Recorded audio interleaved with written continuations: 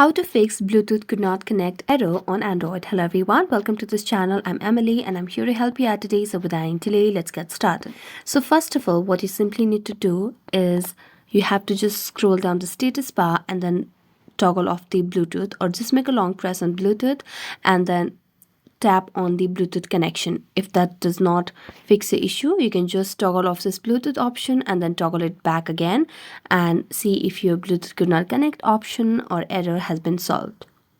If not, you can just go back to your settings application on a device over here and as you tap on settings, all you have to do is tap on about phone and then check if you have any updates for your device.